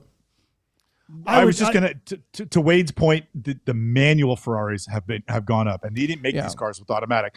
So I do believe that there'll be a dip. I do think they'll soften, but I don't think they're going to fall. Mm-hmm. Yeah, these cars didn't have the performance back in the day, and I think if you're looking for 80s, I think they got a bit of a boost from a halo effect from the Mondials and the generation previous to that, the 308 and 330s and those. Which, always get anyone who watched Magnum excited. They always felt like holdover cars until they introduced the new baby Ferraris. They're gorgeous, but I just don't see them bringing super big money. I'm with you, Wade. I'm not entirely sure that stitching is original. It's definitely it's well done. And those seats are pretty. definitely redone. Yeah, they never had the. Like a set of red correct seats would actually look good, because the seats that actually come in that car don't have that silly quilting. They don't have the red horses. Weird headrests too. Yeah, like it's just they just don't quite look right. I think those are factory seats that have been redone, if I had to guess. Wouldn't you say so, Deeb? I'm sorry. Say that again, Jake. Are those look like factory seats that have been redone? With the quilting and the stitching and stuff like that, because those tombstone headrests are actually right. Yeah, I noticed them and wondered myself, and then Wade brought it up, and I was like, yeah, I think he's right. I didn't dare say it because I wasn't sure, but then Wade brought it up, and I cannot recall seeing a 348 with diamond quilted stitching, so it does look like the centers may have been done. But they're the right shape, though. It looks like that's what I'm saying. It looks like they've been like the real ones have been redone. I don't know. Someone can help us in the comments. Well, and they somebody brought it up. The diamond stitching was never correct. Is that right? And then somebody had said no, never an option. So Wade's instincts and the rest of us that are questioning it seem to be on the same page. Mental, can you bring up a picture of the car from the exterior where you can see both the front and the rear wheels? Yes, I can. You guys keep talking. Yeah. So the gist of it is that there's like a vein to the shape of the wheel that creates a thing where there's like a cut off on the wheel. Do you see how they look like throwing stars? Well, the front and the rear wheels are going. Those are called shurikens. Oh, are they? No, I'm saying the throwing stars. He learned that from a South Park episode.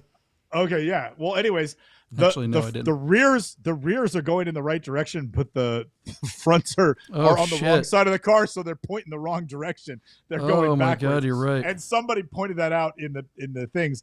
I feel bad for the photographer that shot this car because there's no way he would have known. But now that it's up there, that was brought up in the comments, and that just made me chuckle. So I thought I'd bring it up since we're nerds and we are scathing to everybody. Yeah, that's when you call our friend Lee at Patet Images and have him do a bunch of post production. Yeah, totally fix it for you. Yeah, fix it in post. So all right. So JP, without further ado, our car closes tomorrow. It is currently sitting at $43,769. Please don't ask me to decipher what that number is supposed to allude to. That's on 15 bids. This looks like a clean example. I think that car is going to bring twice as much when it closes tomorrow. So I'm going to give you $89,000 where I believe it will sell. JP, where are you at? Whew, yeah, I think it's got a ways to go, but I think the weird seats are going to hold it back. It's just, that happens with Ferraris. I think no mention of the belts thing, or did you say it was mentioned? I thought it wasn't. There was some good service done in preparation for the sale, but the belts were not mentioned, and they have to be treated as a mandatory. I don't see how you can sell a Ferrari like this without discussing where that is in the belt life, because that affects the value of the car. So this is silly to me. Silly, and irresponsible. That being said, it's a nice car with low miles, and somebody might just say, I've got a mechanic to do it and run her 10 grand. I don't care. I'll pay the money. So we'll see. I mean, the 348s are terribly, terribly fun to drive. Performance-wise compared to other things in that time frame. There's definitely better cars, but there's definitely better cars than 964s from the same time frame. But that doesn't mean who wants a 300ZX turbo? Like nobody, right? But a way better performing car than probably this thing. But that said, I think it's going to bring some money. But I'm going to go 79,348 and send it to Wade. That's a pretty big bid. These cars are fun, but this one has some questions. I think the seats are going to hold it back. It's represented by a great seller, though. Great pictures. It has all the potential, but I think it's probably not going to be the one for most Ferrari people who want it. And for $71,000, it'll be a decent buy, but that's about it. Mental, are you with these? Hold on a second, but don't you? I mean, it's got low miles, and if it did have the right seats, the right seats and a set of belts, and now this is like a $90-something thousand car, isn't it? Maybe. What do you think, Mental? All right, what's your bid? I also am just going to be sticking with it. I'm scrolling through this. The current owner says it's really just a couple of electrical connectors and do the belts, but deliberately mentions not belts, insisting it's not that big of a deal. I think this car is going to go 75, and they should run away with all of that money and buy something else. Do you three guys forget what happened last week where all those cars brought way more money than we thought and still didn't sell? Like, all of a sudden you guys are all, bullish. I don't counter to pressures. I am consistently wrong. Bearish, I should say. Yeah. All right. Well, moving on, because I'm going to run out of battery life. Let's wrap this show. Hold on. Before we get to the next car, I just want to say thanks to the Nerd Herd. You guys really came through with Guy's custom bracelets. There's a bunch of great orders. So Rochelle is going to be making those who ordered Bid Nerds hats. So those will be Is she making you one? Because I need a hat. We we might know people. But she is saying that if you make an order tonight, you can still order. You probably won't get it before Christmas, but she can give you a little certificate. So she is still standing by if you guys want to. What? Like all of these great looking bracelets, I can still get these? Show them the Star Wars ones. Have you seen the Star Wars ones? These Star Wars ones are Roll amazing. down. Okay, If you're no, a Star seriously, Wars where are they fan. hiding? Are they down? Is that she's got like all the Star Wars Okay, page two. because this is... Scroll down. Oh, never mind. All right, all items. Actually, we should... Star Wars. Yeah, so she's that's GYX Customs All right, it's not showing dot up. Etsy. Yes. .com. Yeah, I'm not sure where the Star Wars stuff is. Go to the I'm not telling you mental to go to the Instagram page, but if you guys go to the Instagram page, that's guys_customs on Instagram. She's got all the Star Wars ones on there. The Stormtrooper, BB-8, Ashoka, Darth Vader. They're all like really badass if you're a Star Wars fan. But all right, let's. And also she's doing. If you guys want a Rami Show hat.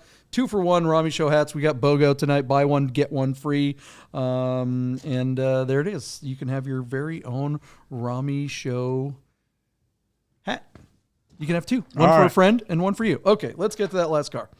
Last car is a 1989 Mercedes-Benz 560 SL that is on Bring a Trailer. JP, I just took a look at this car, and it was so radwood and so 80s. And Yes. it's a nice color combination. Smoke What? silver It's metallic. not an EV? Is it electric? Yeah, It's got to right? be electric, can right? be. Come on. It can be. Smoke silver is one of my favorites. It's kind of a champagne exterior, and then it's got a burgundy, or what we used to call ox blood leather interior.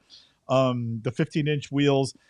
This is the biggest motor they put in the car. Let me see if I can find the specs on it real quick. If it says this car used to make 227 horsepower and 279 pound-foot of torque.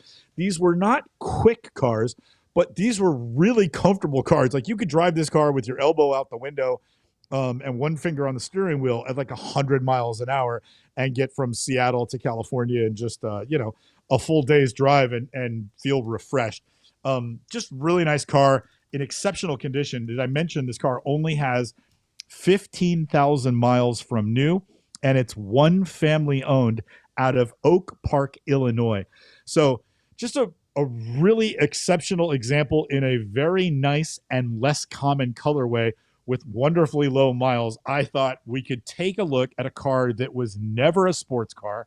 It was never a car that probably even appealed to kids, because when we were young, JP, the only guys that were driving these were still silver foxes, right? I mean, this was the ultimate Beverly Hills car or the country club car. My dad had a 380 SL when I was young, and I did like the car because it was convertible. And my dad, like you, JP, never put the top up. It would literally have to be raining for him to pull the top up on the car. And so when I was adolescent and then a teenager and then ultimately got my driver's license, my dad had a 528i BMW and he had a 380 SL. Those were his two cars. And I just thought they were the coolest. So I do have a soft spot for these cars, but I don't desire to own one, but it just brings back good memories from me. So this was the creme de la creme. This was the top of the line for the 17 years that they made the SL. I send it over to you. Any experience with this platform car? And what do you think of this? I know it's a little stodgy for you, but I wouldn't be surprised if you also shared an affection, if not a desire for one. The R107 platform, the creme de la creme, the 560 SL with 15,000 miles. What do you think, JP? Definitely had something for the Stephanie Powers there, that's for sure. Heart to heart, you got it. It's the ultimate wife's car. It looks like Anthony, you were saying you want to buy one for your wife. Is Gerd hanging out in the chat? Gerd was on here last Sunday hanging out with us. He bought one for his wife, and they bring it to Cars and Cafe all the time. You know, Cars and Cafe is for classic Porsches, but if you've got some classic Euro like this, we're definitely putting you right up front. You From bring Stuttgart. anything. You bring anything to the car. I know it's a Porsche show, JP, but I've seen you time and time again. Just anyone that shows up with anything cool, and there's no way Deeb's that different. Just bring a cool car, or just bring the family to Cars and Cafe. Which happens to be this weekend, isn't it? Is it this weekend? That it's is not. No, just it's not. no. It's 2 weeks. The last 2 weeks. the Okay. last- yeah. It's Don't New do Year's that to me. Eve, right? It's New Year's Yeah, Eve. New Year's Eve, yeah. morning. Okay. Phew. Thank gosh. I was like, oh my gosh, I gotta promote it. Scare me. Yeah. 'Cause I'm not doing mine this week. So yeah, if you're anywhere near Las Vegas or the Bay Area, that is just a great chill time. Well, yeah. Before coming we to get to Seattle? bids, we should talk about that real quick. Are we going to do a show? We're not going to do a show Christmas Eve. Do you guys want to do a show Saturday night or something like that, or should we just wait till Wednesday, the following Wednesday, like we normally would? Well, we going to what's the just skip the holiday one? What's the nerd herd say? Nerds, do you want to see a Saturday before Christmas Eve? And we're gonna have the same problem a week later on New Year's Eve because we have Cars in Cafe, and we're not gonna do a show that night. So maybe we do I don't know, maybe we'll do a Yule Log episode or something like that. Maybe Grinch Deeb won't do a show, but maybe Wade and I'll do a show or something like that Sunday night. I don't know. We'll a fruitcake show. A fruitcake Wade's show. got a girlfriend. He's not available. I promise you. Is she here? Is she she Not coming in? until like 29th. Not till 30th. New Year's, So right? Yeah. I'm So all yours, yeah, all there you go. holiday. All right. So maybe we'll do a Christmas Eve nerd show. We should have wore Santa hats tonight or something. We I should. guess. I don't know. If you guys wear ugly knit Christmas sweaters and do a show on next Sunday night, I will be. I have a jealous. Porsche Christmas sweater. All right. Challenge accepted. Mental, Yeah, you in? Absolutely, yes. Christmas Eve episode, really? Oh my God, you guys are killing me. I All will right. not. Unfortunately, yeah, I'm All sorry. right. All right. No. Well, and we will have a early specially curated Christmas selection of cars. All red convertibles. Ooh, I love it. I'll pick the cars for you guys. I'll pick all red cars. I promise. All right, let's get to some bids. How much is this little Benz going to bring? All right, JP. So with 1 day to go, our car closes tomorrow. It's already at $28,900 on 17 bids. So this particular car is getting action. Now, listen, there are a plethora of these SLs in the marketplace, and honestly, finding an exceptionally clean car with 15,000 miles is not difficult to do. There are a lot of older people that bought these cars and put them away. That being said, They're like Corvettes. yeah, kind of. Well, but better built. Yeah. But they just don't bring the money. So the value on this car, according to the book, should be in the low $60,000 range. I just don't think that's going to happen. I just think there's too many other cars out there. So I'm going to give you, and I'm being a little bah humbug, I'm going to give you $53,000 and say that it will sell. It is running at no reserve, which I apologize for not mentioning earlier. So it's no reserve, closing tomorrow. I think $53,000 is all the money for this car. There's just too many others out there. The market's saturated with SLs. I mean, it's already at a number that's higher than you ever see them. What was your number? 53 grand. You think it's going to get up to 53? Wow. It's running no reserve and it's really low miles. But yeah, I'm not confident in my bid. No. Yeah, I'm going to go. Well, geez, I can't even believe I'm saying this. No, I'm going 35. There's just 35, 560 is my bid. Wait, let me give it to you one more time, JP. The car is at $28,900. I mean, well, he has left the building. He can't believe how high it's already at. All right. So Wade, what do you think, man? I don't know. I had a number in mind at first, and then the What was nerd. You could change your mind. My initial number was in the 30s, but Okay. I mean, this is a kind of a low mile, really nice car. And the thing you said, Michael Deeb, you were like, "Oh, these don't bring a ton of money." If this car went for $50,000 or $60,000, I feel like that's a ton of money for this car. It is, yeah. But I would think More money than one has sold for since the 80s. Yeah, that's the thing. Like, a one owner getting out of this car for 55 or 60 grand, I'd be doing backflips. I mean, that's crazy. With that being said, I mean, we've seen crazy numbers already, but I don't know if this is the car that gets crazy numbers. 90,000 failed to sell. Yeah, right. No, this is. I'm gonna say trend. I'm gonna say $47,000, and if it sells for that, they. I mean, it will, but they should be happy with that. I mean, come on. Yeah. What do you think, Mental? I'm with all, these things are actually all over the place. And what hurts them is that they were so popular and they were so well built. There's just a bunch of them around. You can still find some questionable examples around here for $5,000 because that's the kind of stuff I look at. Well, no, but if it's a running V8, because those V8s are bulletproof engines, this is an exceptional example, but it's not rare enough that someone outside of just a hardcore Mercedes nerd is going to get that recognition that, oh, look at that very rare car. It's like, oh, and they ran this body style for 14 years, that, the 107. So it's a long-term thing. I'm just going to say 47.5. Well, we're disappointing Buddha because he thinks it's going to go for 70 grand. What the hell, Buddha? Is the trunk full of crack? I'm sure if he wrote a check for $70K, that seller would happily take him up on that. So if he wants it, they delisted immediately. I mean, if that's the case, I'm buying all of them right now. I'm not saying that word, Anthony. Go ahead. What we love about Buddha is when he loves a car, he's a full laydown. Like, he's just across the hood. He's like, what's it going to take for me to take this car home? It doesn't even have ball sack leather. Well, if your sack is that color, go see a doctor immediately and discontinue use. Get more ladies. Stop taking Viagra. Oh my gosh. All right. Well, I guess nobody's saying whether or not they want us to do a Christmas Eve. Actually, no, we did. We got a group of people. Now, Ross is telling us to take a break, but Kevin, Anthony, they said go. Bob said skip. Buddha said he'll be back just in time for Cars and Coffee. So yes, we've got enough people to do. It won't be a full show, but it'll be fun. The Nerd Herd, someone with Nerd Herd is encouraging everyone else in the Nerd Herd to hit the like button, you guys. Yeah, like every episode. So what are you doing? Hit the like. There's like one like. You guys don't. What you don't like your own show? What do you don't like it? They're Come on. They're still not sure. You guys are hanging out in the chat for 2 hours with these yahoos, and you can't hit a damn like button. Come on. They need to see the results before they decide they like the show. They're like, screw it. I'm not hitting the like button, but I'll buy a stupid bracelet. Just shut up about it.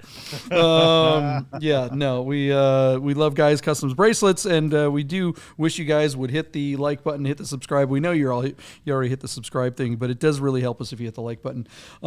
And we love you guys. The Nerd Herd is where it's at. You guys keep getting bigger and bigger. And it's fun watching you guys watch a show and interact with us. It definitely makes it a lot more fun. Wade, where can we find you on the interwebs when you're not here? You can find me hiding in my house for the next couple of weeks. It's been a long holiday season over on my channel at Tech Daily. I wish you all the best for the next few days for the holidays. If you get something new tech-wise, a new smartphone, earbuds, whatever you're interested in, I probably have a video on it, so you can go learn about it or, buy something for someone, a last-minute gift if you want to shop around and get some reviews on tech products. But other than that, my work here is done for the year. I've reviewed every product that I've wanted to. So, I'm going to be hiding and driving my car and not making any more videos. Let's do a drive this week. I think there's a bunch of people. Oh, don't make me jealous. Yeah, let's do some driving. I'm cutting Desolation Road all week, and from here to New Year's. That's kind of my goals, to try to get that done before New Year. Mental, what's up over at ER1? We just released our favorites of 2023. We'll be doing our closing, our New Year's goals episode that we do any year. So check us out at Everyone Racers E1R. And we'll be talking about what we're going to be accomplishing in the new year and give ourselves a report card on how we did for our goals for this year. Hint, it's about like this week's predictions. That's usually how it works out for all of us. Yeah. All right, guys. Well, again, Merry Christmas. We will see you guys. I think we're probably going to do a Sunday show, sans Deeb, but it'll be a light show. It'll just be a Christmas special. Maybe we'll just show clips of old episodes or something like that. Don't you have that cool Santa driving a red cab video that we did for Godden? You could show that. That'd be fun. We've got it queued up right now. We're ending the show. Sorry, see you guys. Sorry. No, Spoiler. that's a Spoiler good alert. That was a good tease. I like it. All right, guys. Yeah, all right. We'll see you on the next episode. Want a lot for Christmas. Don't do it on Pip. It's just one thing I need. Fine. I don't care about the present. Emo Christmas. Underneath the Christmas Can't we go full screen? tree. Go full screen. I just want you for my own. More than you. Little to the right. To the right. Up to the right. There you go. Thank you. Jesus. Messing with my OCD. All I want for Christmas is all I want for Christmas is you, baby. All I want for Christmas is